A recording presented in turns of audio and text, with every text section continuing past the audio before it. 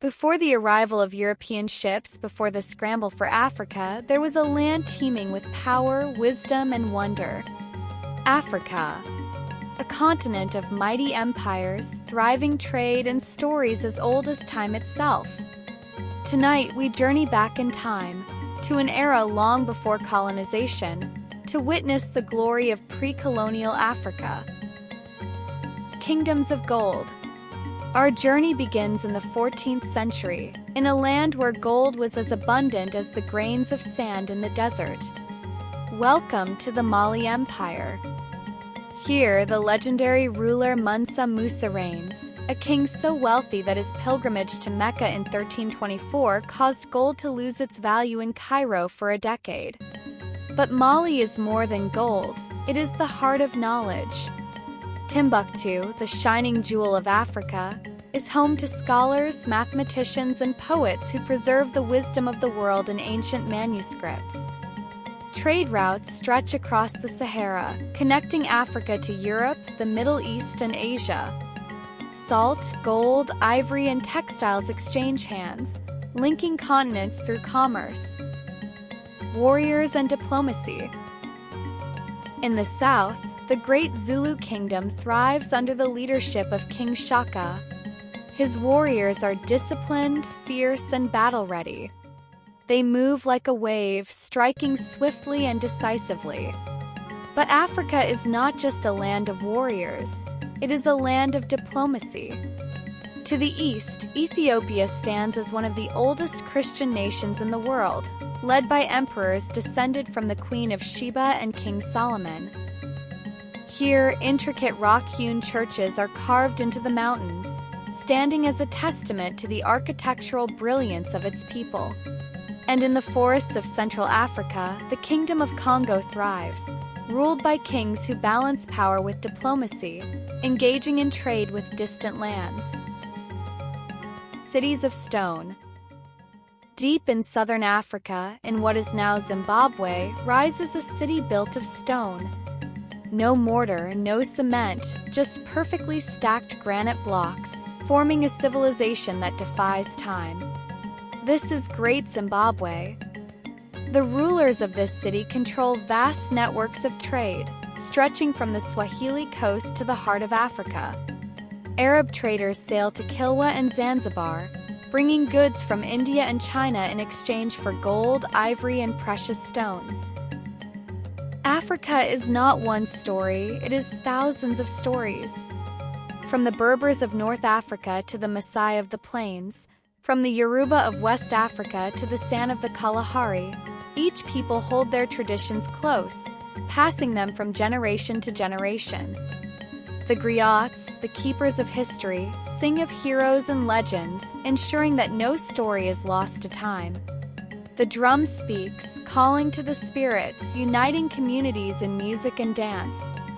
The artistry of the continent flourishes, whether in Benin's bronze sculptures, Africa's lifelike terracotta heads, or the intricate Kent cloth of the Ashanti. Coming storm. But across the horizon, the winds begin to change. Ships from distant lands arrive, not for trade alone, but with greed in their hearts. The wealth of Africa has drawn the eyes of foreign powers, and soon the continent will face its greatest challenge. Yet, even as the storm approaches, the strength of Africa remains.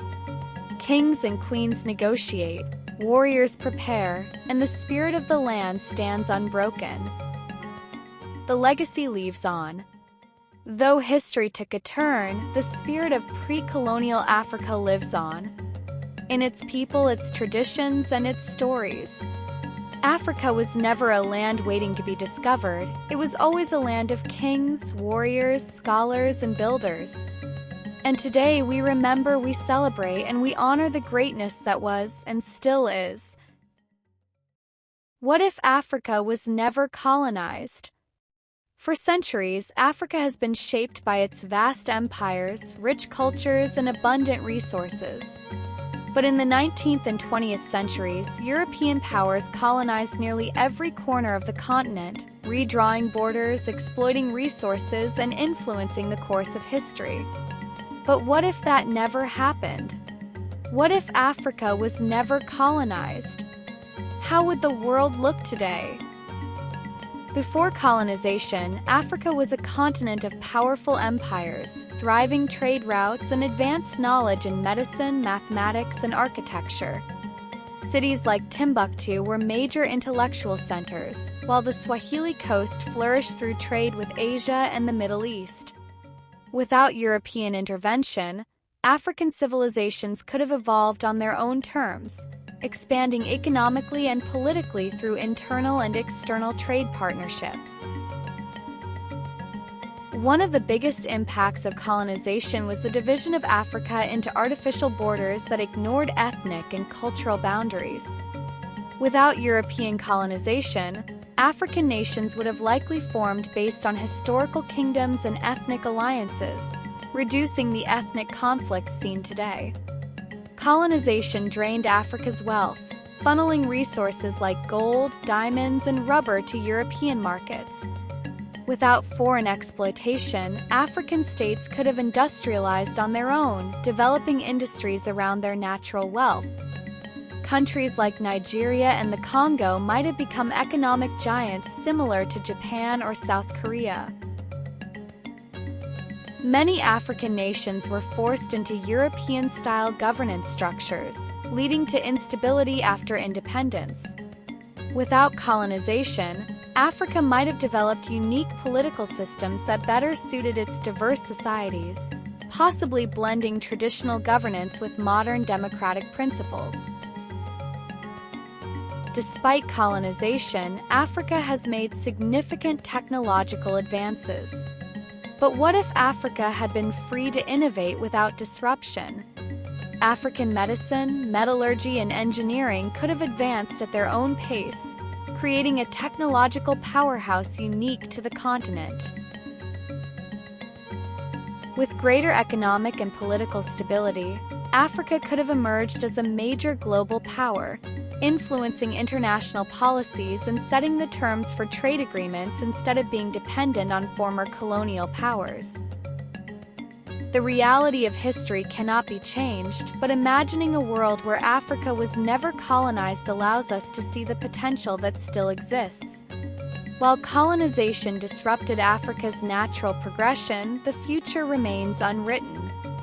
The question is, how can Africa reclaim its own path today?